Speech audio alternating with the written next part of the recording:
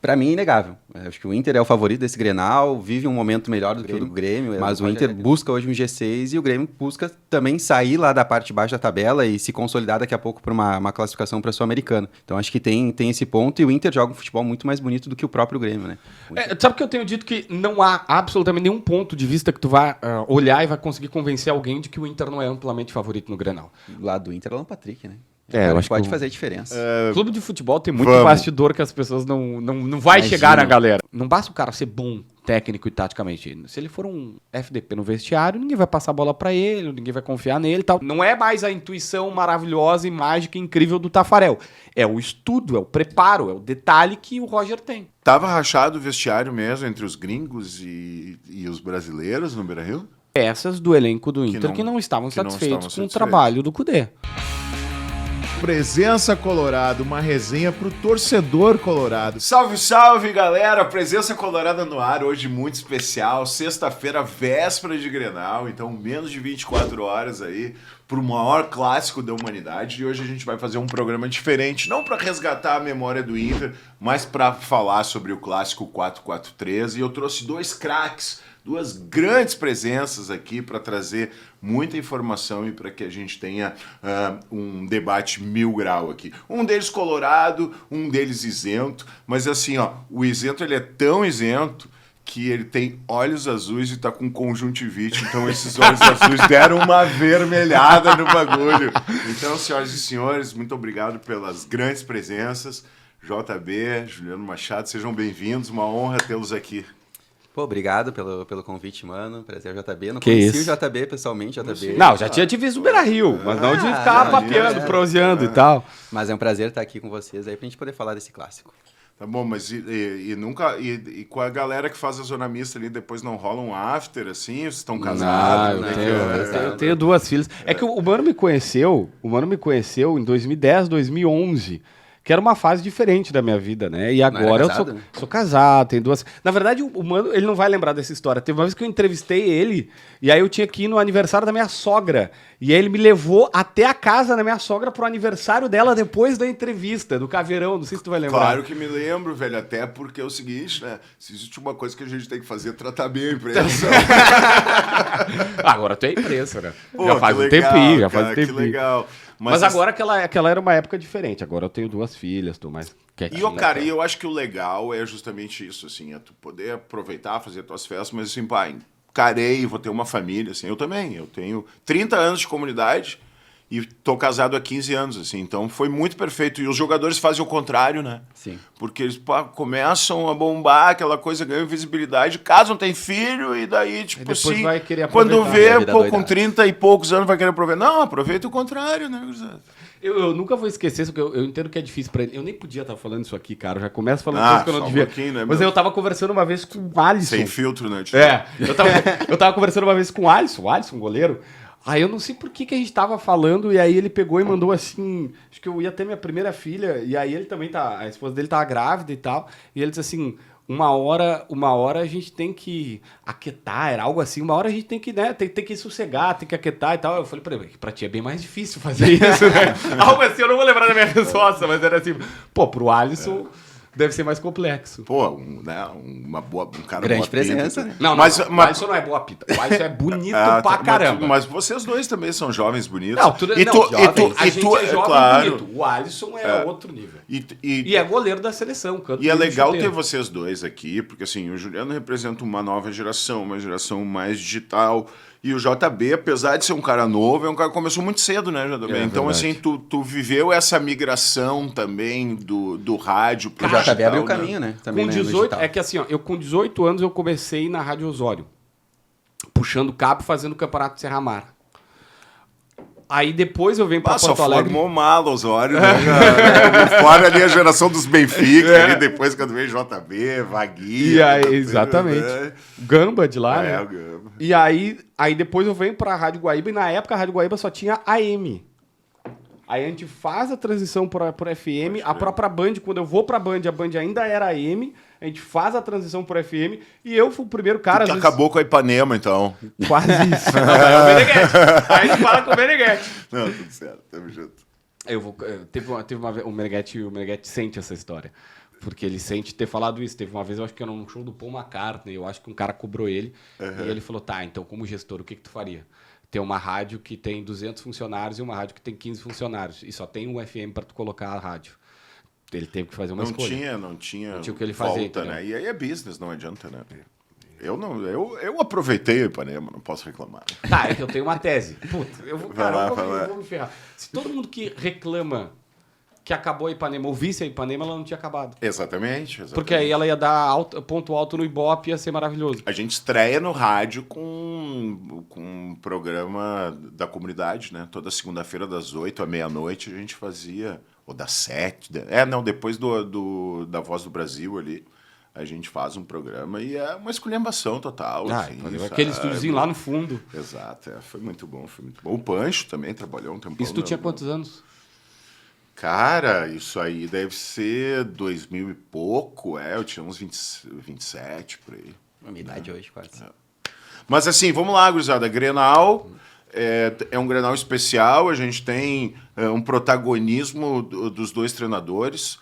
O Roger, com toda a história ligada ao Grêmio, o Renato, que é mestre em criar narrativas, já começou com Chopin e tudo mais, mas o Roger é um cara que trabalha muito, é um cara que está obstinado não só por construir uma relação com o Inter, isso dá para ver pelas fotos com o D'Alessandro, pela relação, pelo ambiente, mas também pela própria história dele com o Renato, né? Não que exista uma rivalidade, obviamente, mas assim, a própria torcida gremista, a própria imprensa sempre tratou muito, assim, comparou muito os trabalhos do Roger com o Renato. Então, talvez esse seja o antídoto para toda essa narrativa que o Renato é mestre em criar, né? Como é que vocês estão vendo esse Grenal? Assim, foi muito valorizado também essa questão do próprio Roger, né? De ter entregado um bom grupo, um bom trabalho, para depois o Renato consolidar e ser campeão da Copa do Brasil e da Libertadores, né? Então acho que tem esse ponto também que é importante para ele também mostrar os valores do próprio Roger, né? Para esse Grenal, porque também agora tá do outro lado. E até essa semana o Roger vem, dá uma coletiva de imprensa e tira um pouco do favoritismo do Inter.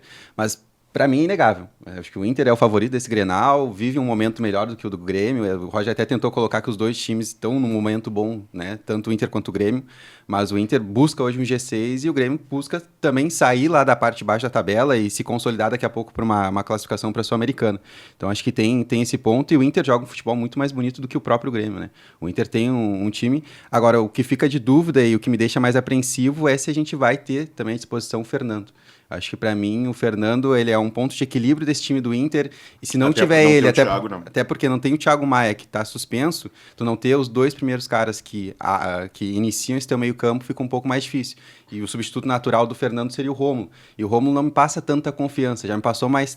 um tempo atrás ele me passava mais confiança. Hoje eu acho que o Rômulo está um pouquinho abaixo e a gente não tem como também duvidar da qualidade do Fernando, que realmente se acabar ficando pelo menos no banco de reservas, para um segundo tempo, o Fernando vai ser muito importante, mas para mim ele deveria começar esse jogo, porque não ter o Fernando e não ter o Thiago Maia seria um baque muito grande para esse time do Inter. Sabe que eu tenho dito que não há absolutamente nenhum ponto de vista que tu vá olhar e vai conseguir convencer alguém de que o Inter não é amplamente favorito no Grenal. O Roger vai falar, como o Juliano disse, porque, cara, é a missão dele. Grenal é uma coisa engraçada, né? Vocês sabem que eu convivo muito mais do que deveria com o Fabiano Baldasso. E o Fabiano Baldasso é inacreditável porque recentemente teve o jogo contra o Fortaleza e a gente tava dizendo, olha, era difícil, Fortaleza é um dos líderes do Brasileirão e tal, é um jogo complexo. E o Baldasso enlouquecido, dizendo, não, o Inter é muito melhor. Não, o Inter pode ser melhor ou pior, não tem problema, só que Fortaleza não é um Fortaleza de 5 anos atrás que era um time que tu dizia que facilmente vai ser batido, os caras eram líderes do Brasileiro e tudo mais. E aí o Baldasso, em brabo, que o Inter tinha que ser. Agora, é todo mundo tentando, o Baldasso não, o favoritismo é mínimo pro Inter por estar jogando em casa. Não, mas o Inter não... Cara, na boa, não é isso. Grenal tem favorito sim.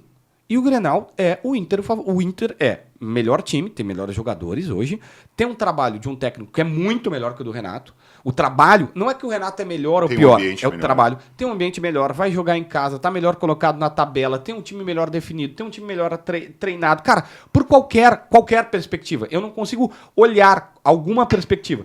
Talvez tu vai dizer assim, não, mas a zaga do Inter não tá tão boa.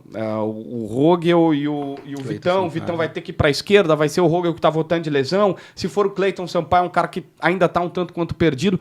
tá bom, tá aqui o ponto fraco do Inter, mas mesmo assim é um ponto fraco diante de tantos outros pontos fortes.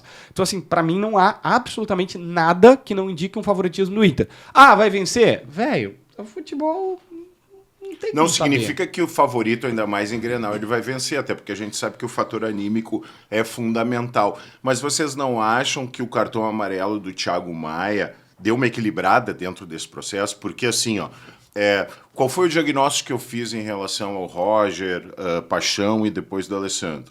Pô, o Inter estava treinando demais, segundo o Paixão, foi a primeira manifestação de toda essa turma. O Inter está treinando demais, está correndo de menos. Isso no turf tem muito. O cavalo que quebra os relógios no treino e depois chega na hora da carreira não faz.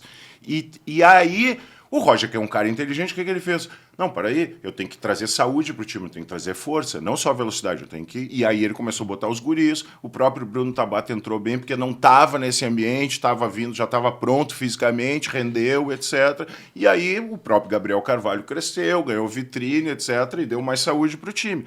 Essa saúde fez com que o Inter se equilibrasse, fez com que as coisas acontecessem. Tanto que o Bruno Henrique é muito mais jogador do que o Rômulo, mas quando o Thiago Maia estava saindo, ou o Fernando, quem estava entrando era o Rômulo, pela questão da força. Sim. Só que o Thiago Maia é o conjunto de intersecção entre o Bruno Henrique e o Rômulo. Ele tem a força que o Rômulo tem para marcar e tem a qualidade que o Bruno... E ainda se movimenta mais. E colocando que tu começaste a falar ali, o Fernando tem quase 40 e o Alan Patrick tem bem mais do que 30. Tu precisa ter um cara com vitalidade para fazer essa circulação de bola. Eu te confesso que me surpreendeu, tá? Eu sou completamente apaixonado pelo Fernando.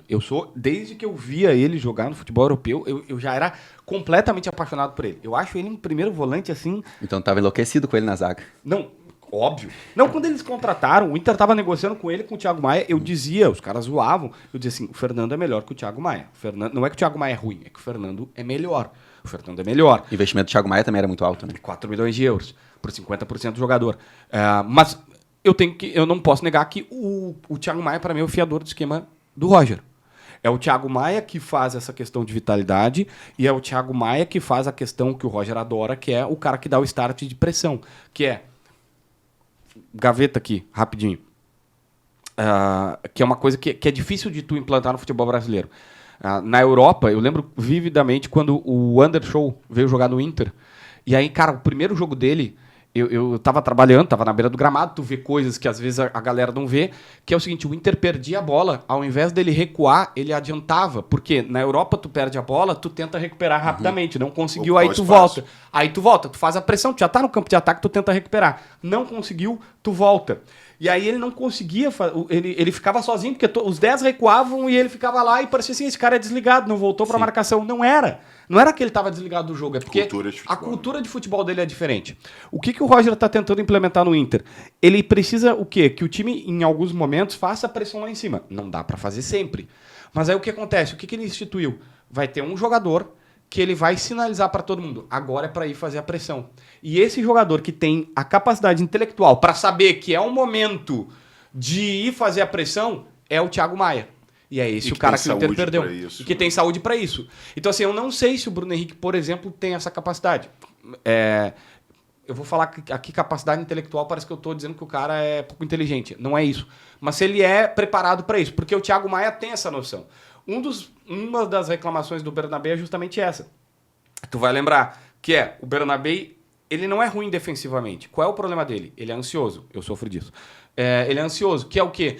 Ele vê que a jogada pode vir pro lado dele, ele se manda. O próprio Roger fez esse diagnóstico, né? E muito bem feito quando ele elogia, dizendo, não, ele me ensina do meio pra frente e eu tenho que trabalhar essa ansiedade. E aí qual é a questão? Cara, tu tem que ser inteligente. Vê que a jogada ainda não se desenhou, fica porque pode dar BO. A hora que tu tem que saber exatamente o ponto. A minha dúvida é essa. Será que o Bruno Henrique vai saber esse ponto de, agora o time avança, agora o time recua? Exatamente. Eu não sei qual é a tua opinião, Juliano. Eu acho que o Bruno Henrique está escaladíssimo, assim, até porque o Fernando, o Rômulo é muito mais parecido com o Fernando nesse sentido. Mas se fosse o Roger, eu trabalharia a cabeça do Bruno Henrique para dizer, tu vai jogar 60 minutos. Tu vai, te entrega, porque nós vamos precisar dessa intensidade. E depois entra quem? tu pode estrear o Brian Aguirre e botar o Bruno Gomes. Aí é que tá. Se não fosse o momento, né, do Não Bruno fosse Grenal, Gomes, né? cara, hoje bota o Bruno Gomes na vaga do Thiago Maia, porque o Bruno Gomes realmente, vai lembrar, né, quando o Bruno Gomes chega, se falava que ele seria o dublê de Arangues, Isso. né? Se falava muito dessa questão. Então, o Cudê falou isso pro presidente para convencer o presidente a pagar 7 milhões de reais nele. Eu ainda não me convenci. Lembrando que nós emprestamos pro Curitiba com passe fixado isso e é depois absurdo. Eles compraram de volta, isso né? aí. E aí, pô, E outra, né? Nós emprestamos com passe fixado e foi justamente quando ele vai bem na Série B e o Gabriel se lesiona. E daí, pô, era o cara para ser o substituto do Gabriel e não voltou. Então, pra mim, se não fosse o momento também do Bruno estar jogando muito bem na lateral, colocava ele no meio campo, acho que resolveria o problema. Então, eu acho que eu fecho contigo. Acho que dá pra iniciar com o Bruno Henrique, sentir o jogo também, que eu acho que é importante, ver como vai tá a partida no segundo tempo. E aí, quem sabe, faz essa troca. Bota o Brian Aguirre realmente na lateral, bota ele pra estrear. É Grenal, a gente sabe que talvez... Mas já é segundo tempo também, né? Até lá a gente vai estar com 3-0, tá tranquilo já. Agora vamos lá, né? O time do Inter, a gente fala muito no time do Inter, hein? Assim, o Thiago Maia não vai estar, então o Inter vai ter que modificar. No meu modo de ver, o Gabriel Carvalho vai ter que se aproximar dele, o Alan Patrick vai ter que se movimentar. Até porque, quando o Renato dá aquela coletiva falando que não vai mais jogar com 2 meias, que esse não era o time dele, ele reforça o meio-campo com o Edenilson e cria uma estrutura que, no meu modo de ver, sem o Thiago Maia, dá uma equilibrada no meio-campo. Mas a gente está olhando sempre pela ótica de o Grêmio vai ter mais força defensiva, mas, ao mesmo tempo, assim, como o Grêmio vai marcar esse time do Inter? Por quê? Vai deixar o Alan Patrick num contra um? Se tiver que botar 2 para cercar o Alan Patrick, tu já tem superação numérica no meio campo. Tu vai ter o Wesley num contra um, o Gabriel, e tu ainda tem o Bruno Henrique para fazer o chute de fora da área. Assim. Então, quando a gente olha, o Thiago Maia não vai estar, mas assim, o Grêmio também tem que olhar para o time do Inter e pensar assim, como é que eu vou marcar esse time? Diferente de outros momentos que tu tinha não sei se outro vocês jogador. têm essa informação, mas tem muitos comunicadores mais ligados ao Grêmio que estão dizendo que o Grêmio vai começar marcando pressão Inter. Eu ouvi isso. É né? que assim, Até para tirar aquele oba-oba da torcida. A gente tem informação de que o Renato não está convencido com o Mike na lateral esquerda. E que o Mike acabou não conseguindo jogar aqui, não conseguiu performar, era um cara que veio do Guarani e não conseguiu jogar. E que ele estava revendo algumas alternativas.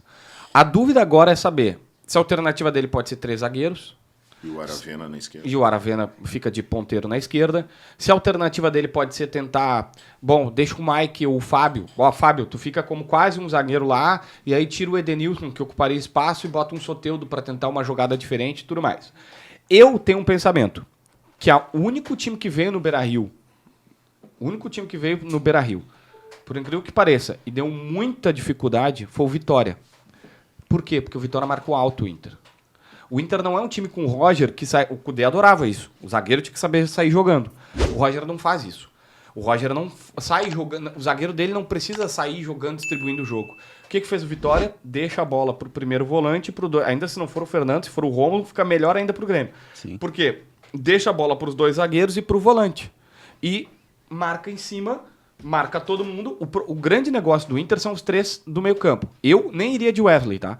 Se eu sou o Roger, eu adoraria ver um time com Tabata, porque eu acho que o Tabata tá melhor que o Maurício. O Maurício não, que o Gabriel Carvalho. Não, que o Maurício, porque ele veio na vaga do Maurício. Na troca, entre aspas. Com o Palmeiras. Tabata, Alan Patrick, e eu jogaria o Gabriel Carvalho para a esquerda. Eu jogaria com 3 meias e deixava o Wesley para o segundo tempo como opção. E faria aqueles 3 meias com a movimentação intensa que eles fazem. O Borré não é um 9, ele é um 8,5, porque ele sai para jogar, ele tabela, que é a dificuldade que o Ener Valencia está tendo. O Ener Valencia não sabe ficar trocando passe, ele gosta de ir por confronto, do físico, do chute, da finalização. E eu jogaria assim. Só que qual é o único time que deu grande dificuldade para o Inter no Beira-Rio? O Vitória, porque marcou o Inter aqui. Então, se eu sou o Renato, eu adianto linhas. Só que é arriscado que o Grêmio pode tomar um saco. E é um jogo de superação, é um jogo que todo mundo corre, que todo mundo se entrega mais. Eu acho que esse tema é um tema interessante, assim. Eu sou um cara muito místico, eu acredito muito nos deuses do futebol, tá? E como colorado, obviamente, a minha expectativa é que quem decida o Grenal seja justamente o Ener Valencia no segundo tempo. Tá bom. Porque até para se Pode ser, redimir, pode ser. até para já começar, eu já estou sempre pensando no futuro, assim. E o próprio Soteldo também, porque jogou 180 minutos agora nas eliminatórias, provavelmente deve ficar como uma arma do Grêmio para o segundo tempo. E o Grenal, ele é um jogo de xadrez, tu tem que ter armas, tu tem que pensar no jogo, né? Vamos lembrar que o Paulo Turra ganhou o ano passado do Inter, justamente com essa tática e usou isso como argumento. Disse, não, eu segurei o Inter porque eu sabia que eles iam cansar no primeiro tempo e ganhei no segundo. Então é importante que tu tenha também dentro do teu elenco peças, né? Se tem informação nesse sentido, o Soteldo deve ficar pro segundo tempo, né? Eu vou trabalhar com o que eu tenho, tá? A grande questão era a lateral esquerda e o restante do time sendo mantido, tá? Mas assim, tá muito estranho. Eu vou dar uma... Eu brinquei ontem que o Meneghetti é desconfiado. Tu trouxe ele aqui, né? Sim. Na outra temporada. O Meneghetti, ele é mega desconfiado. Cara, o Roger tá entregando demais o time. Tu prestou atenção ontem na coletiva do Roger? Ele disse, não acredito em surpresas. O Grêmio não tá falando nada. Aí o Grêmio tá dizendo, não, o Renato não gostou muito do Mike. Testou aí o Fábio e tal. Tá jogando a dúvida por uma questão da lateral. Eu não sei, eu não duvido que tenha alguma novidade. Porque assim, na lógica, o Grêmio não ganha esse Grenal. Na lógica, o Grêmio não ganha esse Grenal.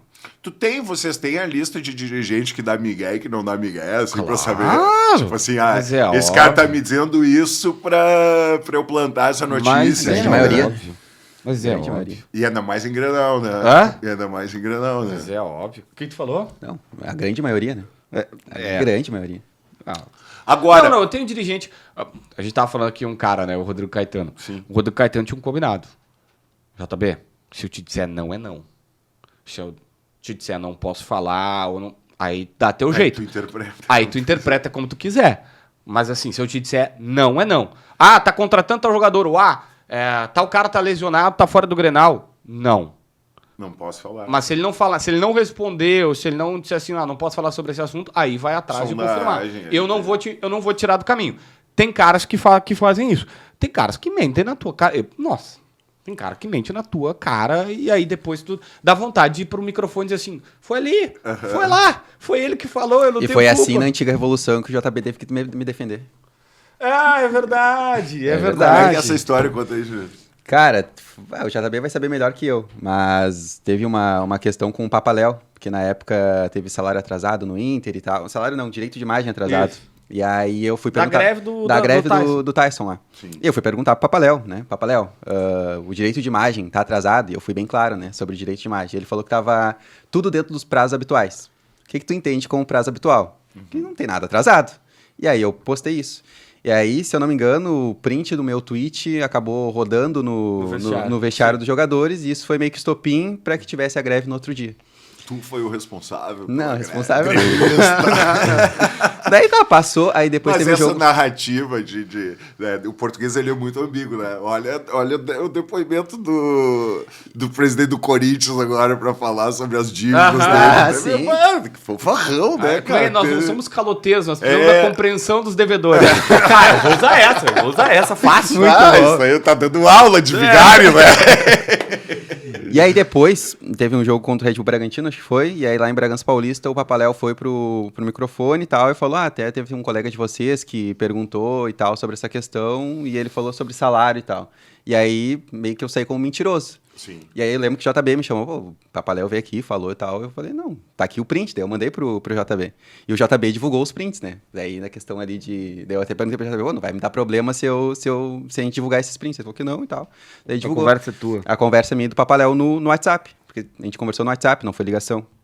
E aí, enfim, daí ficou nessa divergência e depois não sei se o Papaléu te chamou e tal, daí vocês tiveram que falar no Donos e tal. Eu sou ruim de memória, eu lembro desse caso, evidentemente, eu sou ruim de memória, mas é isso, assim, tipo... E aí ficou um contra o outro, tipo assim, a palavra do Papaléu contra a minha, mas aí no final, como Não, tinha mas o print, acabou... acabou... É que a greve te consagrou, entendeu? Tipo, ter a greve no outro dia te consagrou, no caso, que a informação era correta e que não tem. Os caras já estavam borbulhando ali naquele momento do vestiário. A gente falou em surpresas no Grenal. Existe Grenal sem surpresa? Sempre tem alguma coisinha, né? É que assim, tá, mas qual é a surpresa que o Roger pode fazer? Tu imagina alguma surpresa? Vamos Só lá. tem dúvida, né? Vamos refazer a pergunta. O que tu acha desse Miguel do Roger lá, o Borré, Fernando e... Eu acho que o Borré é garantido. Acho que o Borré não vejo como dúvida, né? Mesmo que o Roger tenha colocado ali, o Borré não treinou ontem e tal, mas eu acho que ele não chega a ser uma dúvida. Mas o Fernando me deixa um pouco apreensivo da situação e eu acho que o Roger, eu acho que ele não joga. Acho que joga com o Cleiton Sampaio e o Vitão. Tá, mas isso não chega a ser uma surpresa. Surpresa não. Assim, a menos que ele improvisasse alguém na defesa. Fernando e Rômulo e não bota o Bruno Henrique. Isso seria uma surpresa. Também, mas não muda tanto o esquema. Para mim, seria surpresa se ele treinou com 2 centroavantes. Se ele jogar com os 2 centroavantes, por exemplo. O Ricardo Matias, que nesse momento que a gente está gravando, nem pode jogar, ainda está suspenso pelo STJD. Mas o Inter tá tentando o efeito suspensivo dele. Se ele jogar com 2 centroavantes, é um esquema que o Roger não joga. Aí, ele viu alguma coisa no time do Grêmio que ele pensou assim, cara, vou lá e vou jogar com dois centroavantes. Se o Renato chegar com 3 zagueiros, aí é uma surpresa. Aí é uma situação, o Aravena na esquerda, todo mundo imaginando que ele ia com o lateral esquerdo, aí é uma surpresa. Mas de resto... mas o Tabata na vaga do Thiago Maia, será que não tem como? Daí tu vai mudar o Tabata... muito faceiro daí. Mas eu não sei se o Tabata não pode ser um 8. Eu tenho minhas dúvidas. O Tabata... Grenal, tesouro, daí não sou muito faceiro. Não, eu entendo, mas seria uma surpresa. O Tabata jogava, até chegar no Sporting, em Portugal, ele jogava por dentro na do Alan Patrick. Só que lá não tem bem esse cara de centro. Eles não gostam de jogar assim como um meia por dentro, tipo Alan Patrick. Um meia de enganche, como a gente fala, né? Um camisa 10. Aí o técnico português dele jogou ele pra ponta direita. Então é por isso que ele hoje... Aí ele vem pro Palmeiras como um meia aberto pela direita e ele vem pro Inter como um meia aberto pra direita pra substituir o Maurício. Até por isso que eu fiz a ilação que era... Sim, claro. O Inter vem de um e pega outro e na minha visão até pegou... Eu adoro o Maurício, gosto dele pra caramba, mas acho que o Tabata é melhor que ele. E aí foi um diagnóstico do Roger, né? Porque, vamos lá, o próprio Gabriel Carvalho jogava mais pelo meio. E ele estreia no profissional... estreia como titular no profissional na direita. Ele estreia naquele jogo contra o Vitória que ele entra e pifa ali. Mas então... E que o Cudê arquiva ele por 8 jogos. Sim, o cara estreou, pifou, vamos arquivar ele, né, cara? É o que ele fez com o Maurício, que ele fez com o próprio Yuri Alberto, recentemente, né? Não eram contratações, eram pro futuro. O Yuri acho que foi Miguel Angel. Não, mas eu quero dizer, quando o Maurício e o Yuri Alberto foram contratados pelo Inter, o Cudê era o treinador. Ele disse que naquela época que eram jogadores que não podiam ser considerados contratação, porque ele batia na questão do grupo curto. Ele dizia que são jogadores pro futuro, não são para agora. Ele falava do Maurício que não era um jogador classe A.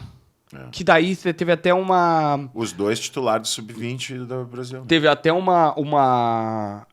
teve até um debate que era assim, tipo, no Brasil se tu fala assim classe A, e eu lembro que eu falei com alguns colegas argentinos na época, era um termo assim, tá? Eu teria que ver, eu sou ruim de memória, mas era um termo tipo isso, não é um jogador classe A, e todo mundo ficou assim, tá, ele tá dizendo que o cara é ruim, então, porque pra gente a classe A, a classe B é o cara ruim. E não, é um termo que ele quis dizer assim, é um jogador de base ainda, não é um jogador profissional. Ele ainda não tá convertido num jogador profissional. Foi mais ou menos isso que ele quis dizer. Sim. Mas foi traduzido assim, né? Eu, pelo menos, entendi assim. É que a primeira vez que eu ouvi, eu disse, ele tá dizendo que o cara é ruim. Entendi. Acho que entra na questão também do Cudê, do gordo, né? Do Giacone lá. Por quê? Porque, se eu não me engano, tem um outro entendimento da palavra pro argentino, não é? Pode ser. Do gordo do Giacone? Que ele tinha... agora... O que o gordo do Giacone falou? Ele entendeu errado, é isso? Não, mas que não seria gordo, no caso. Fofo. Isso.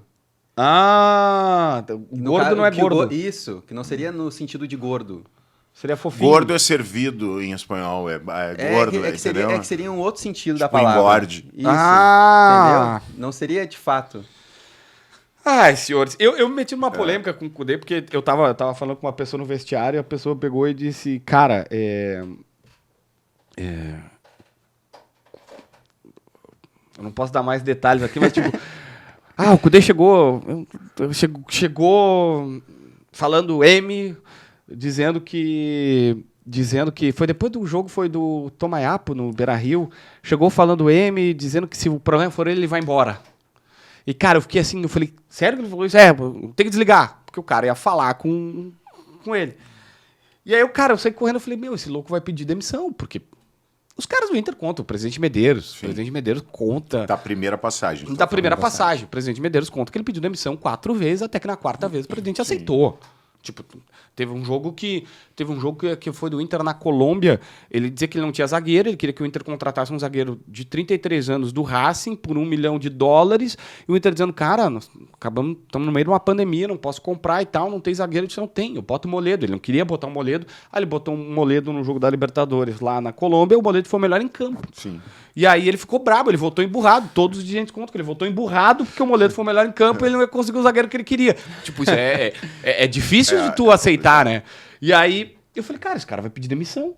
E eu lembro que eu tava mega acelerado e eu disse assim, cara, eu tenho que dar essa informação. Não ia dar tempo de eu gravar um vídeo, daqui a pouco vai vir e tal. Eu entrei na jornada do Baldassi. Até errei, porque eu entrei muito acelerado.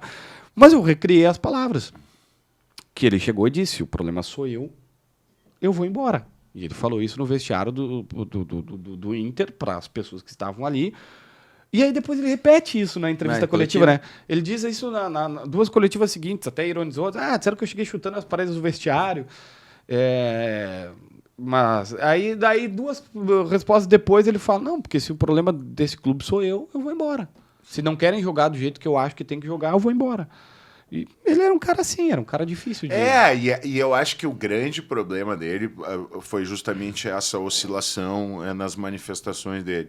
E porque quando ele fala justamente sobre o Maurício e sobre o Yuri Alberto, o próprio Rodrigo Caetano vai para a imprensa e diz assim, não é grupo curto, nada, isso aqui é o Inter, é um clube grande, etc.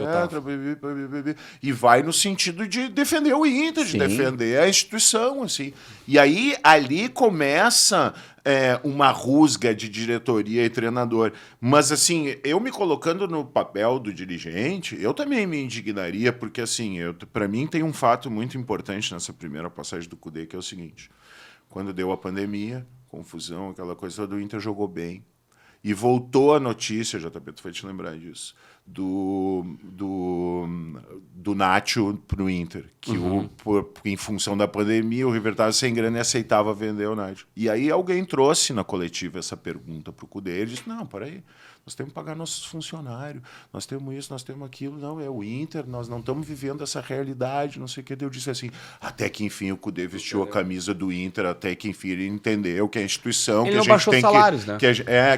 Mas que a gente tem que se adequar, que o ótimo é inimigo do bom, etc. Eu pensei isso. Deu 2, 3 rodadas, perdeu 2 ali. Porque o grupo é curto, entendeu? Daí tipo assim, ele trabalhou muito a autopromoção dele, no meu modo de ver, dentro do Inter. E o jeito que ele saiu, obviamente, me indignou. Também, né? Mas quando ele volta, e mesmo eu sendo um cara que me indignou com parte da torcida, porque vamos lá, daí o Abel entra, não ganha do América ali, joga bem contra o Boca, não sei o quê, e metade da torcida, porque esse Abel não presta, é ultrapassado. Eu venho cá, o cara construiu a maior facenda da história do futebol gaúcho, vocês estão aprendendo. Vem cá, você não tem memória, o que é isso, cara? Vocês estão batendo no Rodrigo Caetano porque ele é gremista, o cara que defendeu o Inter, entende? Então, tudo isso que aconteceu me indignou, mas no momento que sai o Mano Menezes e entra o Cudê, ele é o meu treinador, tô cagando pro que aconteceu atrás, eu vou torcer pro cara dar certo, entendeu?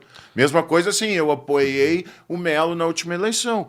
Acabou a eleição, sabe o que eu disse na Grenal? Eu disse assim, se eu sou o Barcelos, eu contrato o D'Alessandro para ser o cara do futebol no Inter, cara. Para acabar com essa coisa de ranço. E critiquei quem disse assim, o D'Alessandro não é mais colorado porque eu gosto do A e não gosto do B. Que isso, cara? Então, assim, às vezes... E vocês que vivem com a notícia, vocês devem passar por isso todos os dias, né? Porque vocês vão atrás da notícia e publicam e em primeira mão, muitas vezes. E aí é o seguinte, daqui a pouco um cara não gosta do lado, ou acha que tu está sendo tendencioso, e na verdade tu só está trazendo uma informação, tu já vira persona não grata. Isso está transcendendo, e eu sei que tu é um cara ligado aos 2 tipos de política, a clubista e a da nossa vida no cotidiano. Cara, o Renato Portaluppi não é cogitado na seleção brasileira por questões políticas. Por questões políticas. Sim. de divergência do que o Renato pensa politicamente, ideológica da política tradicional, não é futebolística, com o presidente da CBF e com os comandantes da CBF. Tanto que o Renato recentemente disse, se eu for convidado, eu não vou aceitar, porque eu não concordo com a bagunça. O Renato falou isso porque ele sabe que ele não vai ser chamado, ou porque não existe uma tendência dele ser chamado por conta de divergência. Isso é um absurdo. Se tu acha que o Renato é o melhor treinador, tu pode não achar que o Renato é o melhor treinador, tá tudo certo, a gente, é outro foco aqui. Se tu acha que o D'Alessandro é o cara certo pro vestiário, se tu acha que o Abel é o cara certo pro vestiário, se tu acha que o Roger... Tinha cara que não queria o Roger por conta do pensamento político do Roger. Sim. Não precisa ser igual ao meu, mas pra mim interessa o seguinte, tá, ele entende, ele sabe treinar, depois em quem que o cara vai votar, né? Pra mim, velho... Não faz diferença. Eu sei de gente que entregou a cadeira do Inter por causa da posição ideológica do Roger. Sério? Mas isso é inacreditável. Mas é que assim, na verdade, esse antagonismo político que a gente está vivendo, é bem como tu falou, ele reflete no futebol, ele reflete no cotidiano. As pessoas estão brigando por política dentro de casa, tem irmão que não se fala porque um tem uma seara ideológica e outro tem outra seara ideológica. Então, assim, quando tu perde a noção da tolerância, daí não tem diálogo, não tem debate, não tem respeito mútuo. Eu sei que eu vou desviar um pouco o foco, tá? Mas é que eu fico maluco com isso, que, cara, não é um pacote de TV fechada que tu liga lá pro operador e, esse tanto de canal, e tu diz, não, eu queria esse, dá pra botar esse? Não dá, esse aqui só se tu comprar o outro e tal. Não é, tipo, não tem como, não, eu só acredito desse lado ou desse lado. Não. Tem caras que eu conheço que eu me identifico mais. Vou estar aqui com o lado direito ou esquerdo, mas olha, eu sou contra essa questão, eu prefiro essa questão. Tá bom, é isso, não tem um pacote, não é? Tu é só isso ou só aquilo. Tipo... Mas para finalizar esse debate político, assim, no Brasil a gente vota em tudo. Em tudo. Ideologia, causa animal, Deus, e eu respeito. Sou um democrata nesse sentido. A única coisa que a gente não vota é em projeto. Não, projeto não. Projeto não importa. Bom, acabar. A narrativa da campanha eleitoral foi que projeto não importa. Projeto não importa, nós estamos aqui, tu é comunista, eu sou fascista, e vai. Então, sinceramente, assim, quando entra nessa seara, não tem construção, não tem penso, não tem como olhar para o futuro. E, na verdade, a gente sempre viveu essa realidade no futebol, né? Por isso que também o futebol ele é tão passional nesse sentido, né? A gente tem aí Boca e River e Inter e Grêmio são as maiores rivalidades da América Latina, justamente por isso, por esse antagonismo do azul do vermelho, da história, da trajetória, e faz parte. Agora, um não vive sem o outro, né? E esses extremos não vivem sem o outro, um retroalimenta o outro. Mas é que lá atrás já foi, o Inter um clube mais popular, o Grêmio, na teoria, um clube mais de elite, mas ele já mudou, né? O Inter hoje tem elite e o Grêmio tem uma popularidade imensa. Então eu sou da teoria que a gente tem que torcer pro time do nosso pai. Ainda mais se ele gosta de futebol. Se ele gosta de futebol, cara, não tem como tu não torcer pro time do teu pai, entendeu? E eu vou te dizer o seguinte, o meu nasceu no dia do Bi da Libertadores, eu tenho pontaria, né? E eu, claro... O teu filho. O meu guri, claro. Eu te entrevistei. É isso aí. Eu te entrevistei e tu diz assim, cara, eu acabei de sair da maternidade e tal. Foi no Mãe de Deus que ele nasceu, não foi? Não, no Moinhos. No Moinhos. Aí eu lembro que eu te entrevistei, Inter e Chivas. Isso aí. Subindo nas cadeiras, eu desci, eu entrevistei a Renata Fã, eu desci, tá tu entrando com um cachecol, assim, uma coisa. Não, ele nasceu às 19h53. Daí a Tabata, minha patroa, chegou pra mim, eu sei que tu quer ir no jogo, pode ir, né? Deu não, amor, já tinha sido 2-1 lá, já tava, né? Deu não, vou ficar aqui com meu filho, aquela coisa toda. Tô no hospital com ele, 43 do primeiro tempo, Chivas faz 1-0, os gremistas na volta, e aí, mano, vai ter tragédia, não sei o quê, né? E eu olho pra ele, não te preocupa que o papai tem estrela, vou lá virar esse jogo. Daí eu mandei uma mensagem pro Pedro Ernesto, Pedro, nasceu o Mini Changes, eu tô indo pro Beira-Rio e vou virar o jogo. Daí pego um táxi, a cidade vazia. Daí tô chegando nas Perpétuo Taito, era repórter ali de torcida, me entrevistou, eu falei, não, vim aqui pra virar o jogo. Foi a primeira vez na minha vida que eu saí antes de acabar um jogo no Beira-Rio. Sabe? Vi os 3 gols, pra mim foi 3-0, não foi 3-2. Vi os 3-0, voltei, comprei 3 latão, 2 eu virei, Um eu deixei na frente da igreja Santo Antônio Pão dos Pobres, fechadinha. E voltei para o hospital. E daí depois a minha tava dizendo assim pra mim, não sei o que aconteceu, que tu roncava que nem um porco lá, próximo filho, tu não vai ficar comigo. Por que não me disse isso? Mas e aí, mas voltando para a história do Diogo, eu levei ele na reinauguração no Beira-Rio, com 3 anos. E aí ele... 2-0 do Inter, pênalti, aquela coisa. Tá legal, vamos embora, né? Tudo certo, 15 minutos de jogo, 15 minutos é uma eternidade pra uma criança. Claro. Eu, não, filho, para aí. Aqui, o YouTube, não sei o que, cachorro quente tua mãe não deixa, refrigerante aqui, tá liberado. Comprando a criança. Não, e avisei, no Beira-Rio não tem regra. Daí ele viu um vídeo, ele viu um filme, uma série que era o Cid, o Cientista, que é para ensinar o raciocínio lógico para as crianças. E um dos episódios era fazer uma ficha. E aí eu criei o primeiro programa de milhagens para fidelizar mini colorados, né? E era pra ele... Claro, eu disse, não, já que tu tá estudando esse negócio, vamos fazer uma ficha. A cada 5 jogos que tu for com o papai, eu te dou um brinquedo. Só que... tu tem que xingar só o juiz e os jogadores dos outros e o tempo inteiro cantando é o Inter. Nunca vai xingar o jogador do Inter. Tá bom, papai. E tem que ficar os 90 minutos, não pode me encher o saco. E ele ia lá. Quando acabou os 5, assim, ele me pediu uma bobagem lá. E eu dei um brinquedinho pra ele, ficou super feliz. Daí fizemos uma segunda ficha. E quando a gente acabou a segunda ficha, ou seja, quando ele completou 10 jogos comigo, eu disse, o que tu quer agora? Ele, 3 anos. Papai, não precisa me dar nada, eu gosto muito de ir no Beira-Rio. Isso é sensacional. E eu digo isso hoje porque, como artista, eu sou um cara que aproxima gerações. Eu vejo muita gente assim dizendo... eu gosto da comunidade porque o meu pai era fã e me mostrou, etc. E eu tenho muito orgulho disso, porque hoje é tão difícil de tu criar uma porta para conversar com a gurizada e tu poder ser esse elo é muito legal. E o meu elo é o Inter.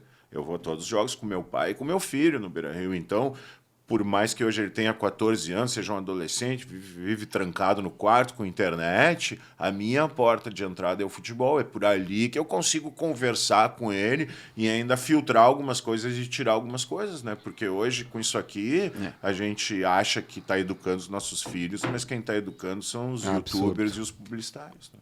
É um absurdo. E tem muito acesso à informação. Eu vi até e é bacana ver isso, porque eu vi, e é por isso talvez que a gente insiste tanto para ter a qualidade do jogo e até para algumas coisas, tipo de ter mais segurança, de ser melhor. Eu não consigo entender como é que os caras se matam num estádio de futebol, como é que os caras brigam, porque daí é o seguinte, fica difícil. Eu morro de medo, tá? Eu sou repórter, minha esposa é gremista fanática, ela leva a nossa filha na arena e é mais ou menos como tu faz, assim, é pipoca, baldão de pipoca, é picolé, e ela vai levando. E ela adora e tal, ela adora ir e tal. Só que às vezes eu morro de medo, tem jogo grande que eu digo assim, não, dá uma segurada e tal, minha filha tem 5, 6 anos. E eu falei, dá uma segurada. Só que eu acho que esse é um movimento importante para tu criar uma geração que não vai se acostumar. Eu vi um depoimento do Rica, dizendo assim, cara, é um absurdo, ele estava conversando com o Benja, e o Rica disse assim, o teu filho não torcer pro Corinthians e torcer pro Arsenal, e torcer pro Chelsea e tal. Só que aí o cara vai ver um espetáculo muito mais bonito na TV, um espetáculo que ele não tá correndo nenhum perigo, enquanto a gente tá aqui, às vezes num espetáculo que é ruim, às vezes num jogo que não é bem organizado e não tem a segurança, entendeu? Assim, tipo, então o mínimo que se espera é que, poxa, que a gente tenha a possibilidade de levar. O Arsenal, o Real Madrid, o Barcelona até aceita, agora o Tottenham aí é difícil. Cara, sabe por que eu gosto do Tottenham? Eu gosto do Tottenham porque Hernani Campelo, tu conhece bem. Te deu uma cavadinha. Deu uma cavadinha. O Hernani Campelo foi numa viagem uma vez com o Inter na Libertadores e descobriu que o Sandro estava vendido pro Tottenham. Tá. E aí me passou. E aí eu fui atrás da informação, não sabia. Eu me dava super bem com o Sandro. Faz tempo agora que eu não falo com ele. E aí eu, dava super bem com o Sandro e tal. E aí eu fui checar e eu, não, cara, tô vendido e tal. Não conhecia nada do clube. E aí, como repórter, eu fui atrás. E aí, como eu me dava super bem com o Sandro, tem dois jogadores que eu pedi camisa. Só 2. Eu não... Tento separar as coisas. O Sandro, que deu uma camisa pro meu pai, e o Jeromel também eu pedi uma camisa. Porque tinha uma pessoa que queria e tal, e o Jeromel teve um jogo que ele tirou a camisa e me entregou.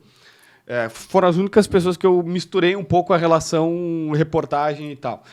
E aí eu fui atrás da informação, aí acompanhando o Sandro, aí quando ele estreou, assim, a gente tinha contato, ele foi estrear, a gente começou a falar, e tem várias histórias que ele conta. Ele chegou na Inglaterra pra treinar, o Sandro campeão da América, do Inter, achando, vou chegar lá bem e tal, os caras passavam voando por ele. Ele disse, cara, eu achei que eu não sabia jogar futebol, assim, os caras no treinamento... E ele não... Porque lá é muita força, é muita intensidade. Né? E aí eu comecei a curtir o time. E é muito engraçado ver os jogos, porque os caras não ganham um campeonato desde 1961. Eles ganharam uma Copa em 2008, mas não ganham nada. Desde 61. Tipo, a gente fala aqui que o Inter tá há muito tempo sem ganhar. Imagina esses times da Inglaterra que não ganham há muitos e muitos anos. E aí acaba sendo divertido, mas é sofrido. É óbvio que a gente quer... todo ano ganhar título, etc. Mas, assim, tu é mais novo, né, Juliano? Mas essa geração que... Tu chegou a ver 2006? 2006 eu vi, mas, assim, eu tinha 7 anos. Sou de 99. Sim, mas deu tá lá, né? Lembrar. Claro. Mas vamos lá. O que eu quero dizer é o seguinte. Essa geração que era jovem nos anos 90, que é o meu caso, que frequentava estádio, que ia a todos os jogos, etc., é uma geração muito resiliente, né? Uhum. E eu brinco, assim, eu digo que, para mim, o máximo, o recorte da década de 90, meu como torcedor do Inter, é o seguinte: eu nunca xinguei o Marcelo Padeiro no Beira-Rio. O Marcelo Pão de Papoula, não? O que era meio campo ali, que jogava, que todo... Não, Marcelo, que era o Marcelo Padeiro, isso aí. Tá, mas por quê? Ele não joga era um bem? Cara muito xingado na época dos anos 90 ali, todo mundo xingava, não, vamos xingar o cara, não é por aí, entendeu? Tu era aquele cara apoio incondicional. Eu acho assim, tu pode reclamar, mas nos 90 minutos tu tem que ser o cara que tá ali pra fazer a diferença. Tá, história do Yarley. O Yarley tem uma história sensacional, ele jogando pelo Boca contra o River, e o River deu uma sacola nos caras. E a Bombonera... Os caras gritando, e ele olhava assim pra cima e disse assim, esses caras são tão fanáticos que não vai acontecer nada. Tipo, o time, eu acho que era 3-1 que o River tava ganhando a Bombonera, e aí ele achou assim, não vai acontecer nada. Velho, a hora que acabou o jogo, os caras não conseguiam sair do vestiário. Mas até então, entendeu? Até o minuto, tava perdendo, 45 segundos do tempo, 3-1, tu sabe que tu não vai virar... Não os interessa. caras, a minha parte eu fiz. E eu acho isso, tá? É a minha marca, né? Pô, minha parte eu fiz. Sim. Se o cara lá errou o gol, se o goleiro falhou, se o zagueiro entregou, ele não fez a parte dele, mas a minha parte eu entreguei. Tipo, uma vez um Inter e Peñarol no Beira-Rio, que o Inter ganhou de 6-1. E o Peñarol tinha uns 1000 torcedores e ficou o tempo inteiro cantando. Tem vários que são assim. 89. Tem vários que são assim. Então, tu vê, era um negócio que eu fiquei assim, apavorado, porque eu pensei, os caras com 1000 ali, tomando 6, nós ali na Disneyland, e os caras não parando de cantar. Eu digo, que baita exemplo de atitude, né? Tô num podcast identificado com o Inter, criticando a torcida do Inter. Mas sim, é que tu foi forjado numa época... que eu também era nascido, que era muito duro. Sim. Tu entendeu? Tipo, eu lembro na minha escola, qualquer um que se identificasse colorado era tipo... Puxa, era quase o que o cara dizia... Porque os anos 90 pro Inter foram muito sofridos. As comemorações eram assim, o Grenal do século, ou uma outra vitória e tal, que não tinha, mas o Inter não tinha... Mas tu acha que nessa fase, com o rebaixamento, ela chega a ser pior do que os anos 90? Não, os anos 90 não existe comparação com os anos 90. Não, eu acho que tu vai comparar. Tu vai concordar comigo. Essa fase atual assim, não tem comparação. É que assim, é rebaixamento mais o momento do Grêmio. Né? Eu acho que assim, a tua pergunta ela é muito boa, porque a questão do rebaixamento ele acaba sendo mais impactante, no meu modo de ver, que toda a década de 90, porque era a chacota histórica. Não, era a única coisa. O Grêmio dizendo que tinha o título mundial e o Colorado dizendo que nunca tinha sido rebaixado. Daí o Inter ganhou o título mundial. Bom, nós temos o título mundial FIFA carimbado e vocês continuam. Entende? Claro. Então, esse sentimento de perda de corneta, ele é muito grande. Sim. Agora, se a gente for pensar, aquilo ali, claro, foi uma barbeiragem, tudo que aconteceu com o Pífaro ali, etc. Barbeiragem tá sendo bondoso. Exatamente. Tá, boa, obrigado. Uma barbeiragem do algoritmo calculado. Tá. Não, é que assim, é que na minha visão, tá? O Colorado hoje, ele tem esse sofrimento atual, Mas é que, cara, assim, ó, o Inter, primeiro, há não muito tempo, nessa geração, ou numa boa parte dessa geração, viu o time bicampeão da Libertadores e do mundo, e tem isso como bandeira, como orgulho. Cara, em 90 tu não tinha nada pra comemorar. Tu não tinha nada, só tinha o rebaixamento. Cara, só tem nunca fui rebaixado pra comemorar. Enquanto o Grêmio também tava na onda vencedora. Hoje, tem o rebaixamento, tem a onda vencedora do Grêmio. Só que assim, o Inter não tinha nem time. O Inter agora teve bons times. Sim. Em 90 tu vai ver ali, não tinha bom time, cara. O de 97 ninguém sabe como é que disputou. Tu entendeu? Não eram times bons, assim. Lembra o Inter tinha um ataque que era Almir e Ken em 99, aí depois vem o Oséias. Aí é tipo, o início dos anos 2000 ali, que era um ano. Lembra? Tinha o Irã de goleiro, aí tinha Ari lateral, tinha Barão lateral, tinha o próprio Anderson Papoula. Cara, aí Jefferson Feijão, lembra do Jefferson Feijão? Claro, tipo, fez 3, não fez um hat-trick com o Flamengo, agora vai. Deu, nunca vai. Tem o Danilo, aquele que fez 5 gols no Atlético Paranaense. O Inter tinha pequenos espasmos, assim. Hoje não, o Inter tem bons times, e tem um passado recente e glorioso para comemorar. Eu acho que os anos 90 nunca mais vão existir na vida do Inter. Voltando pro Grenal 4-4-3, Cleiton Sampaio. A estreia dele como titular, eu achei ele muito afobado. E aí, por exemplo, a malandragem que o Rohel teve para estrear, ele não teve. Pô, ele dava uns botes no meio campo, perdeu umas jogadas no meio campo, porque, pô, tu tá estreando, tá sem ritmo de jogo, tá sem embocadura.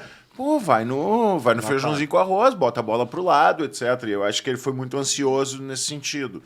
Mas já passou o quê? Daquele jogo ele já passou quase um mês do Grenal.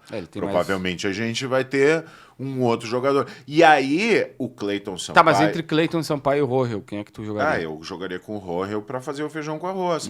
E assim, tu brincou com a questão do Fernando como zagueiro, e não deve passar pela cabeça do Roger, mesmo se o Fernando jogar, por causa da ausência do Thiago Maia. Ou seja, olha como a ausência do Thiago Maia, por mais que o Inter tenha um elenco qualificado e numeroso hoje, virou uma dor de cabeça pro Roger. O JB também destacou um ponto importante. Daqui a pouco o Grêmio marca sob pressão, o Rômulo não tem um passe tão qualificado. E acho que é um dos grandes defeitos do Rômulo. O Rômulo é um cara muito esforçado, é um cara que tem a questão física, mas o Rômulo tem muito problema com passe. Se daqui a pouco o Grêmio começa a marcar sob pressão, o Rômulo erra o passe, que normalmente ele erra passe simples, gera um contra-ataque pro Grêmio, o Grêmio pode abrir o placar e dificultar a situação do Inter. O Rômulo é jogador para segundo tempo nesse Grenal, né? Até porque provavelmente Inter e Grêmio vão ter um desgaste muito grande dos volantes, o Bruno Henrique vai ter que correr mais, o Fernando não vai estar 100% se jogar, então provavelmente a gente vai ter mudanças nos dois, até nas suas volâncias, né? O Vila Sante é um jogador que praticamente não jogou pelo Paraguai, não vem desgastado. Ele ficou fora os dois jogos. Mas joga doide, né? Joga doide, né? A grande dúvida do Grêmio é a lateral esquerda, né? Eu acho que o Grêmio deveria ir com a experiência. Eu acho que independente se o Fábio é lateral direito, esquerdo...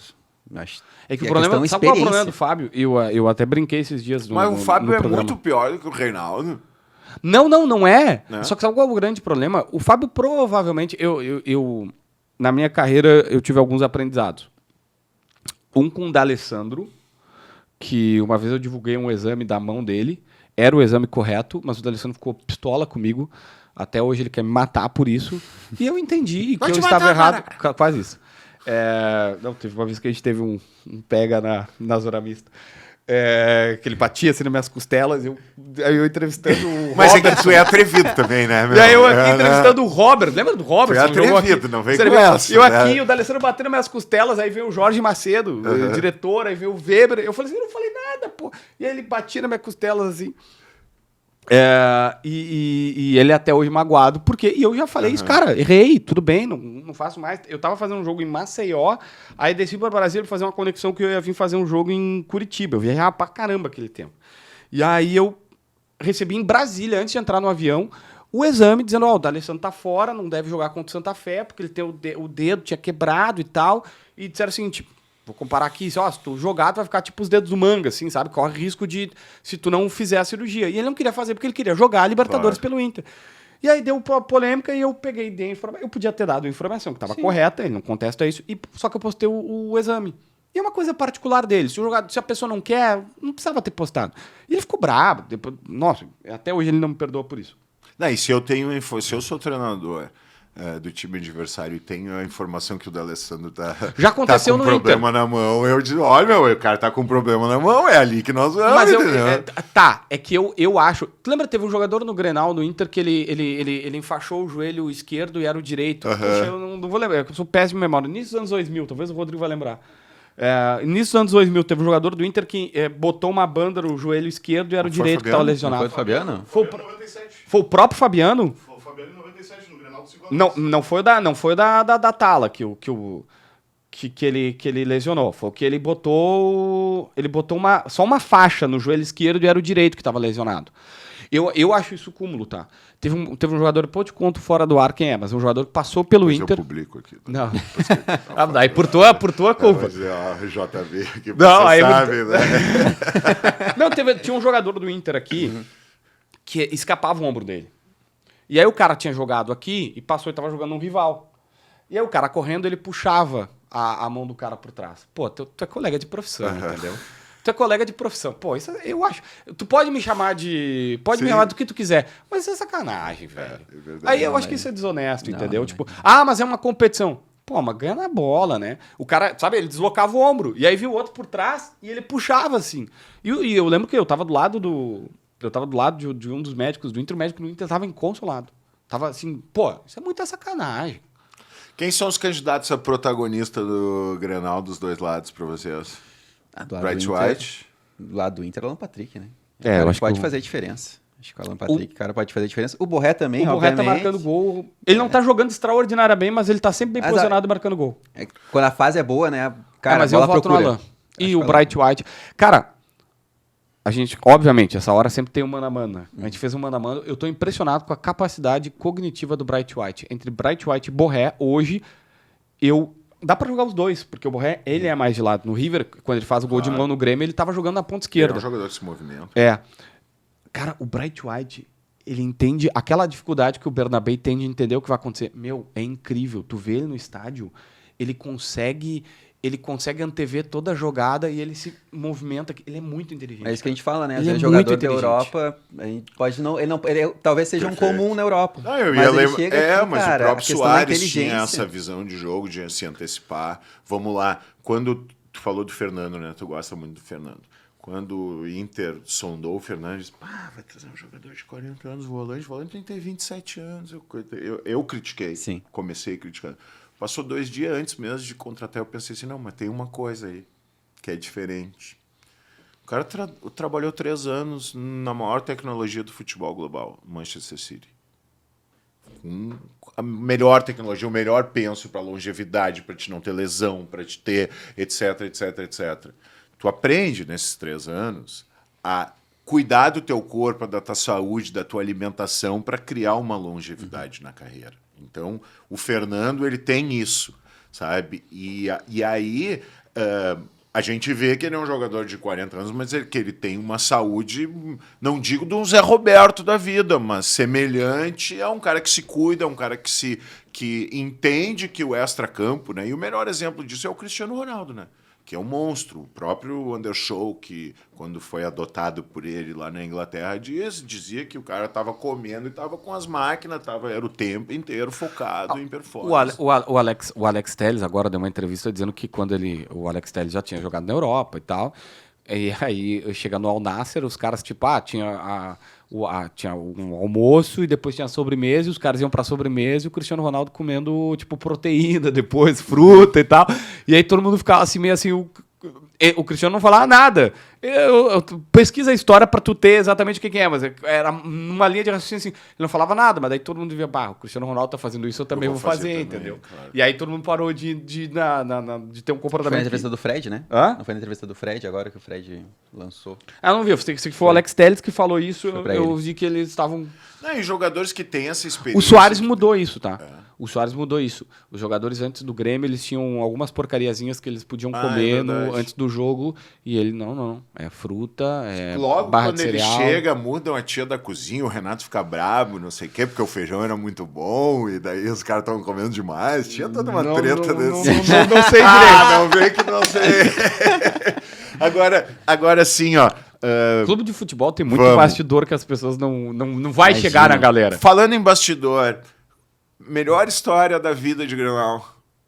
É difícil? Querem que eu comece pela minha? Tá, vai. Daí vocês... Grenal da Copa do Brasil de 92. Primeiro é no Olímpico, segundo no Beira-Rio, né? Primeiro Grenal no Olímpico. Eu peço pra minha mãe, eu quero ir no jogo, sem amigos, sem nada. Não, mas não tem ingresso. Mas não tem... me deixa, me dá que eu dou um jeito.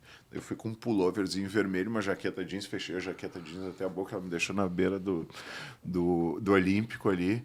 Eu comprei uma raspadinha premiada, vale o ingresso, tá? E aí eu, como é que eu vou entrar com isso? Tem que trocar ingresso? Não vou conseguir, porque não tinha como entrar na torcida do Inter, né? Eu vou ali pra frente da social ali, não sei o quê. Daí eu fiquei ali no meio daquele da social. Daqui a pouco um cara gritou, olha o mijo, abriu aquele clarão e eu fui pra frente. Fiquei na frente da catraca ali, na frente do portão, assim, e mostrei a raspadinha do Grêmio premiada pro cara, vale o ingresso. Ele me olhou assim... Tá, entra, vai, entendeu? Naquela época, né, que às anos 90 eu entrei, cadê o... como é que eu vou ir até a torcida do Inter? Não tem como, né? Aí me sentei quietinho ali, aqui, assim. Começa o jogo, Alcindo faz 1-0. Tá. Aquela coisa, todo mundo comemorando. Daqui a pouco o Marquinhos, que tinha um lançamento na diagonal ali, em 92, que veio do Atlético Mineiro, me dá um lançamento de uns 60 metros na diagonal. O João Marcelo vai no segundo andar, falha, o Gerson mata no peito na entrada da área e mete uma bucha na minha frente, na linha que eu tava do gol. Explode a torcida colorada e eu me levanto. Meu Deus.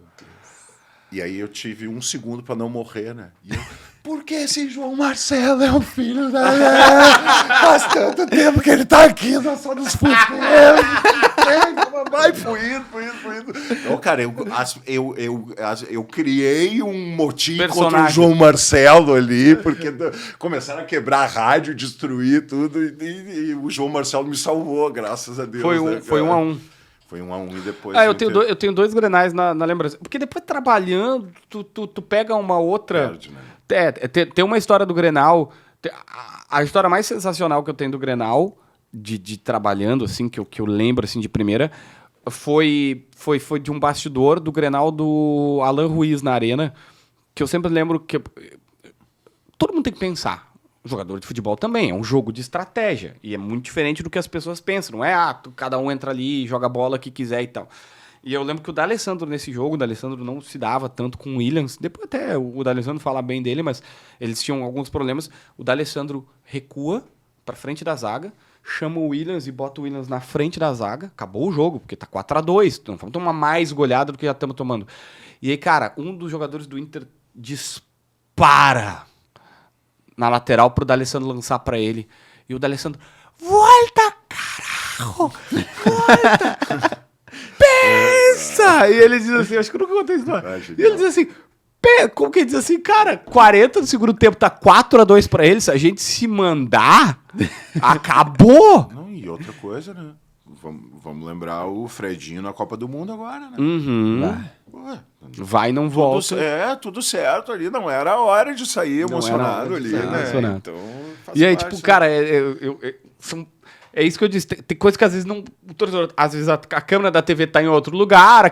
E eu lembro que ele pegou, ele passou, assim, o Williams tava do lado dele, por isso que a construção. Ele parou o jogo ali, tipo, tá, acabou o jogo aqui, acabou o jogo. Tomou uma goleada, mas não vamos mais. E faltou isso no 5. O 5 que poderia ser 7, da outra vez lá na Arena, com o Roger daí. Era o Roger o técnico. Ali o primeiro era o Filipão, e o Filipão vendo que ia dar confusão, tira o Alan Ruiz ainda, e o D'Alessandro vai pra frente da área, joga por isso. E aí eu lembro que ele joga a bola pro Williams e ele fala pro cara que saiu na esquerda dele assim, ué, caralho. Tipo, não faz. Agora, o D'Alessandro impactou o vestiário do Inter, né? Com certeza. É muito legal a manifestação do Sobis, né? Que ele fala justamente que ele fez esse meio campo. Com o presidente. Que o presidente sonda ele, diz, não, tá louco, não sei o quê. E aí por que eu tô entrando nessa manifestação do Sobs? Porque ele fala que fez o meio-campo, mas muito mais importante do que o meio-campo é quando ele fala o vínculo que o D'Alessandro tem com o futebol, né? Ele diz, não, se vocês acham que a gente tem vínculo com o futebol, vocês não sabem o que são esses gringos, o que é a loucura deles pro futebol, o que ele treinava, o que ele vive, assim. Então, essa intensidade, com toda essa experiência, ela vale muito mais do que uma formação teórica de gerente de futebol, né? Não sei se o que o JB tem de informação até nessa questão da vinda do Dali, né? Eu sei que o Inter procurou 3 nomes. Foi o Sobis, aí foi o Dali, no primeiro momento o Dali não quis, aí o Alessandro foi no Bolívar, aí o Bolívar tem vários projetos, até tá com um projeto com o Edilson e tal, também não topou e voltou no Dali e fechou. E então, eu acho que, cara, foi perfeito no D'Alessandro, porque exatamente também quebra eu acho que quebrou um pouco dessa questão até política. Perfeito. Porque, pô, se tinha essa questão de D'Alessandro e Abel de um lado e o Alessandro do outro, meio que isso também deu uma quebrada, porque o Dali também deixa as questões de valores que tinha a ver de lado, ou sei lá como é que foi a negociação entre eles para essa situação também, deixa tudo de lado para realmente focar no momento do Inter, né? E o Dali não vem no momento bacana, vem no momento bem conturbado, bem difícil, para realmente dar essa resposta dentro do vestiário. Então, eu acho que também ele deu uma apaziguada no ambiente, num contexto geral até político. E o momento que o Inter vivia na chegada do D'Alessandro, ele era muito importante para esse tipo de gesto. Humildade. Sim. E outra, esse sentimento de humildade em relação à diretoria do Inter não passa só pelo D'Alessandro, passa por contratar o Roger com o Paulo Paixão. Também. Vamos lembrar como saiu o Paulo Paixão, com áudio, com tudo, entende? Então, assim, a necessidade criou um fato importante que melhorou muito o ambiente. Em relação ao Roger... o Roger é um cara muito estudioso. É um cara que tu vê quando ele fala de futebol e ali quando ele deu a entrevista falando dos dados e como ele conseguiu argumentar perante o grupo de jogadores que era importante cada um roubar 5 bolas, etc. Ele começou a trabalhar detalhes em relação a dados que não trabalhavam.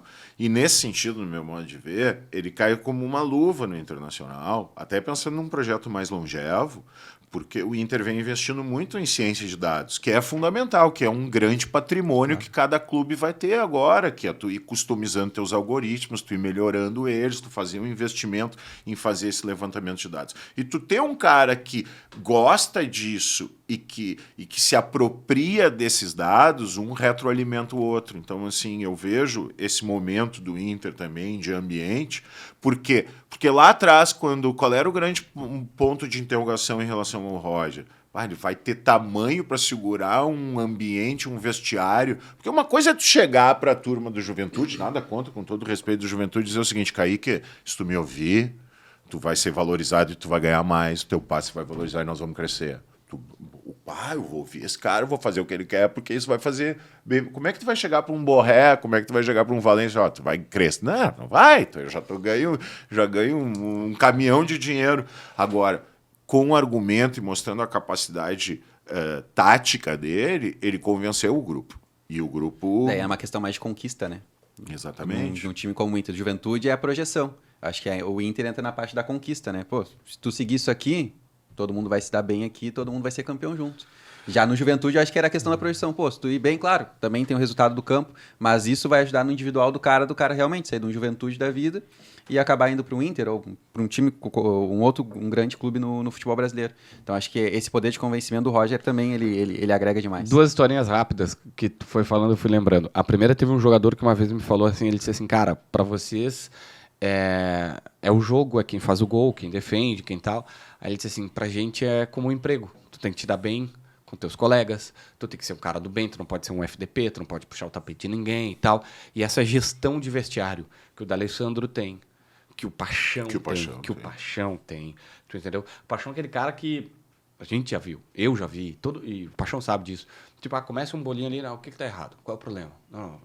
É que a gente não quer treinar aqui. Não, calma aí, vamos resolver, sem fofoca. Vamos... E ele é aquele cara que vai, entendeu? Isso me permite um pequeno à parte. Eu não tenho xenofobia com preparador físico gringo. Mas um preparador físico para trabalhar na elite do futebol brasileiro, ele tem que ter experiência no calendário brasileiro. Isso.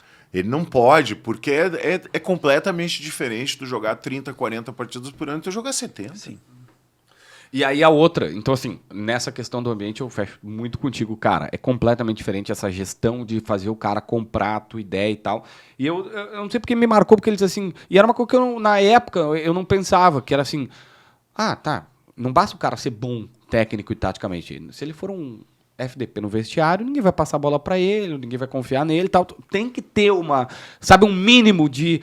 o Corinthians do Luxemburgo lá atrás, os caras se odiavam, mas jogavam. O Rincon batia no Marcelinho Carioca, mas acontecia coisa. É a exceção da regra. É o Oasis. É isso aí. Os caras se odiavam, mas era uma baita banda. E a outra que tu falou sobre ciência de dados, que é clássica, que é na final da Olimpíada, o Everton, goleiro do Palmeiras, recebe o scout de todos os batedores, que era da Alemanha e tal, de onde é que os caras batiam. E aí, quando ele vai ver o scout, ele olha que um dos batedores tinha assim, eu vou chutar os números aqui, mas eram todos os pênaltis. E era assim, tipo, 5 para a direita, 5 para a esquerda. Ele falou, e aí, onde é que o cara bate? Aí eles tiveram que refinar o número e analisar jogo por jogo, onde é que era o jogo, para ver na decisão, no jogo decisivo, qual era a bola de segurança do cara. E aí descobriram a bola de segurança do cara e disseram, não, se esse cara for bater, detalhe, esse foi o último batedor de pênalti que o Everton pegou e o Brasil é campeão olímpico em cima desse pênalti. Ou seja, é tão detalhado o negócio... Sim. Que, tipo, e às vezes não chega pro torcedor, entendeu? O torcedor, não, o cara olhou e pulou. Não é mais a intuição maravilhosa e mágica e incrível do Tafarel. É o estudo, é o preparo, é o detalhe que o Roger tem. Deixa eu fazer uma pergunta para vocês em relação ao primeiro semestre de Inter ainda. Vocês que conhecem muito o bastidor. Tava rachado o vestiário mesmo entre os gringos e os brasileiros no Beira-Rio? Vocês querem falar? Entre gringos e brasileiros, não. Mas com o Cudê tinham vários jogadores que eu sabia que não queriam. Que porque eu ouvi isso justamente, e aí me chamou a atenção que quando eu via, por exemplo, qualquer gringo do Inter no primeiro semestre, as fotos de estar almoçando eram eles sempre juntos, assim, sabe? Então me passou... É uma tendência, claro, eu não estou dizendo, mas... Como vocês são bem informados, então o problema não era entre os jogadores, era sim pelo Cudê que ele fazia alguma diferença nesse sentido? Não, mas eu não sei dos gringos, eu sei de peças do elenco do Inter que não estavam satisfeitos com o trabalho do Cudê. No bastidor eu posso te falar, no microfone, aí depois que tu falar é por tua conta e risco.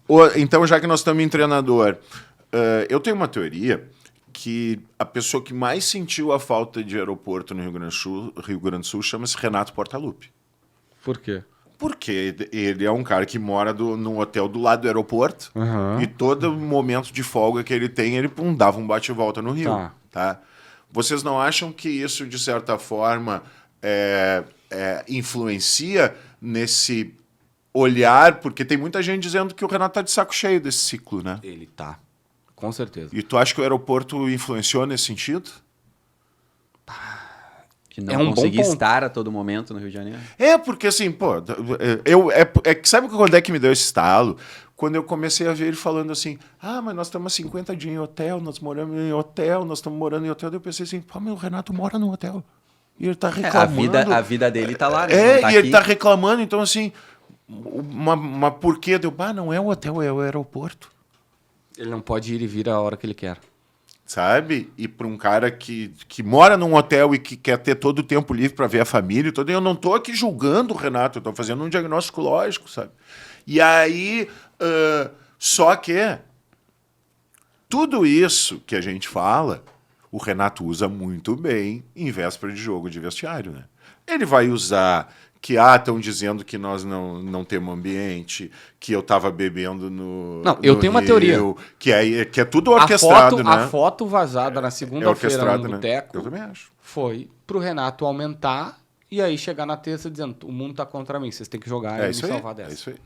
Pra mim, é isso. Mas tu acha que o grupo ainda compra essa ideia dele? Acho que compra. Quando tu tá ganhando, Vai é lá, fácil, né? Quando tá ganhando é fácil, né? Ele já teve elencos que ele tinha realmente todo mundo na mão. Mas eu não sei se nesse elenco que ele montou para esse ano é dessa maneira, de comprarem a ideia do Renato, que realmente, não, pô, eu vou deixar aqui o meu auxiliar aqui com vocês e vou pro Rio de Janeiro lá. Tenho a minha folga, eu já tinha combinado, enfim. Não sei se esse grupo é da mesma maneira do que os outros grupos que o Renato já teve na mão. Sabe que assim, eu acho que como o Inter vai ser impactado por tudo isso é tão importante quanto os jogadores do Grêmio, porque vamos lá, o Roger, o D'Alessandro e o Paixão são caras super experientes que conhecem muito bem o clima e conhecem muito bem o modus operandi do Renato, tá certo? Então, eu tenho convicção que o Roger está dizendo, não tem essa, eles estão fazendo tudo isso, eles vão entrar como se eles fossem os coitadinhos, nós somos os favoritos, não tem moleza, nós temos que marcar, nós temos que correr, nós temos que mudar todos esses, um pouco aqui o posicionamento em função de não ter o Thiago Maia. Então, e aí tem um outro ingrediente dentro desse Grenal, que é essa comparação do Roger constantemente com o Renato, né? Então ele, no meu modo de ver, ele está criando antídotos, porque o Inter ele não pode ser soberbo, ele não pode achar que não, eu sou favorito, eu tenho o melhor time, o Alan Patrick vai ser o protagonista, vai resolver, tá tudo certo. Aí esse tipo de narrativa que o Renato constrói começa a mostrar um outro time, a torcida começa a se irritar, tu começa a ver mais entrega do outro lado. Então, para mim, o Renato eu tô fechado com o JB, para mim o Renato está construindo tudo isso para se vitimizar e para retroalimentar o seu time. Pode ser. Eu tenho convicção disso e eu acho que ele precisa de um fator diferente. Assim, não é... Cara, eu acho que qualquer pessoa que chega de Marte hoje, ou que o cara chegou do Nordeste, tá acompanhando o Campeonato Brasileiro, mas não sabe que Grêmio e Inter são grandes rivais e que é um clássico e que no clássico emparelha tudo, tá tudo certo, eu não tô negando isso. Mas qualquer pessoa vai olhar que o Inter é muito favorito. O Inter é melhor time, o Inter é melhor treinado, o Inter vai estar na sua torcida, o Inter tem melhores jogadores. A grande diferença pode ser o Renato criando um fato novo para o Grenal. E o fato novo, para mim, pode ser isso. Pode ser chegar para os jogadores dizendo assim, o mundo está contra a gente. Vocês vão ter que ir lá e provar que o mundo está errado e que vocês estão certos. E, claro, um bicho dobrado que sempre tem. Não, bicho dobrado eu diria que mais do que dobrado. Uma vez, eu sempre conto essa história, já faz um bom tempo, então já prescreveu, não foi crime nenhum, tá? Era Inter e América, e o bicho era o seguinte... Era 5 mil por vitória no Beira-Rio, 9 mil por vitória fora, e Grenal era coisa de 15 e 16 já. E era um jogo Inter e América Mineiro no Beira-Rio. E o Inter precisava ganhar porque ia para as cabeças do Brasileirão. E o dirigente chegou com cheques. O dirigente me mostrou assim, um envelope, cheques, todos os cheques já prontinhos, de 9 mil reais. E ele chegou... Só que o Inter já era uma realidade de salários de 200, 300, 400 mil. Não de milhão como era hoje, mas 200, 300, 400 mil. Mas multiplica por 5 esse bicho, né, hoje. Sim. 200, 300, hoje os salários são 1 milhão, multiplica por Pode 5. ser. E aí eu lembro que na época era um jogo Inter e América Mineiro. E o cara disse assim, vou pagar o bicho da vitória fora, que é 9 mil reais, tá aqui o cheque. Eu falei, os caras ganham 400 mil, já tinha os tops lá, já ganham 400 mil. 9 mil pro cara não vai fazer tanta diferença. Eu nunca vi esses bonecos correrem tanto. Mas é que tem um negócio do cara, bicho, o América não viu a cor da bola. Eu falei assim, caraca. É que tem uma coisa do bicho, sabe o que é a coisa do bicho? Não passa pelo filtro das patroas, né? Por tua conta. Pô, cara. Não entra na conta direto. Não, essa aqui não é a administração, né, cara? Então, esse dinheiro nós estamos precisando, gurizada. Vamos lá. Porque, se tu olhar assim, num orçamento normal, tu ganha 400. Claro que eu tô pegando os tops. Tinha cara que devia ganhar lá 20, 30, 40 mil. Nem todo mundo ganhava tão bem, mas eu lembro que tinha 2, 3 jogadores que eu olhei e falei, cara, esse cara ganha 400, eu lembrava. E aí, cara... 9 mil. E se eles ganhassem era 5. Eles ganharam 4 a mais, na real. Se mataram. Inter e América Mineiro. Teve um Inter e América Mineiro que aconteceu isso. Se a patroa sabia que ele ganhava os 5 do bicho, ainda tem mais os 4 que ela viu? Exatamente. Pro cara mais sincero ainda, vai ter um superávit aqui. Pra gente finalizar, tu quer contar alguma história de Grenal que eu não deixei tempo pra te pensar. Não, a história de Grenal que eu tenho assim mais em mente é o último que eu acabei não cobrindo, que foi o Grenal do Caixão. que foi o gol do Tyson. Que aquele Grenal ali eu acabei assistindo com o Índio. Ele tinha antigamente a aldeia do Índio e tal, e aí eu acabei indo assistir com ele. Cara, vocês sabem como é que é o Índio, né?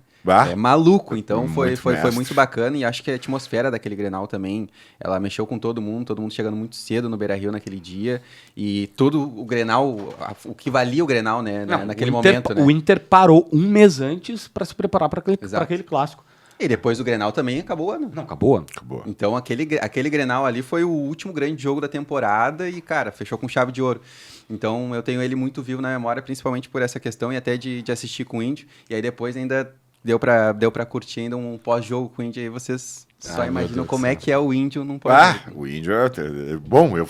Vários viagens de consulado. Era o seguinte, né, cara? O Índio vai, ai, meu Deus do céu, né? Mas, pô, o Índio é o mestre, tem que vir aqui, né, tesouro? Pô, tá de brincadeira.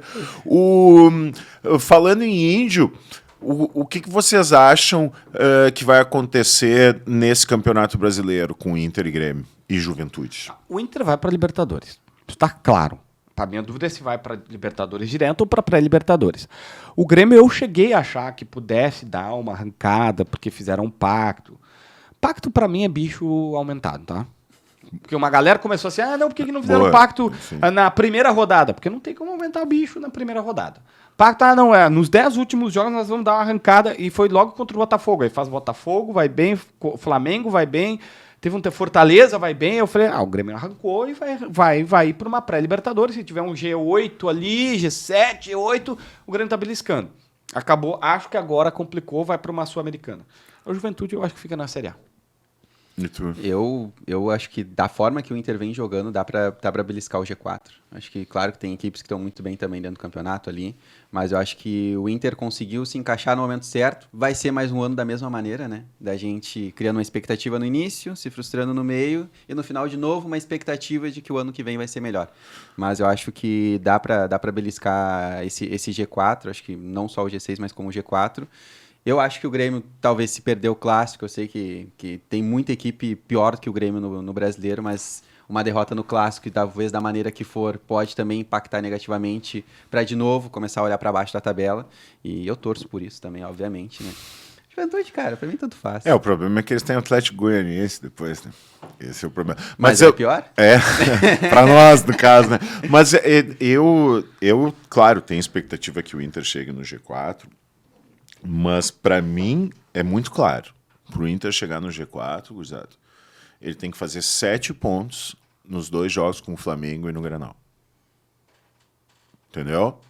Porque se ele ganha o Grenal, ele pode trocar pontos com o Flamengo, mas ele tem que tirar uma diferença do Flamengo. Se ele não ganhar o Grenal, se ele empatar o Grenal, ele tem que ganhar as 2 do Flamengo para chegar no G4. E a tabela do Inter, ela é inteira. As 2 com o Flamengo?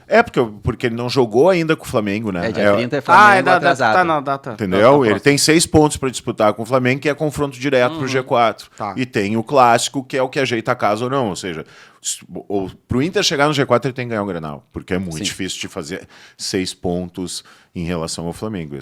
Até porque, vamos lá, as 3 últimas rodadas do Inter é Flamengo. E aí eu não tenho certeza. Flamengo fora, Botafogo em casa e Fortaleza fora. Então confronto direto. Ou seja, o Inter tem um espaço ganhando o Grenal para encostar e chegar mais perto no G4. E aí sim, chegando ali nas últimas 3 rodadas, tu tá encostado no G4, aí é confronto direto, e aí tu tem que ganhar do Botafogo. Tem uma teoria, se tu quer chegar no G4, não pode ser barbado, entendeu? Claro.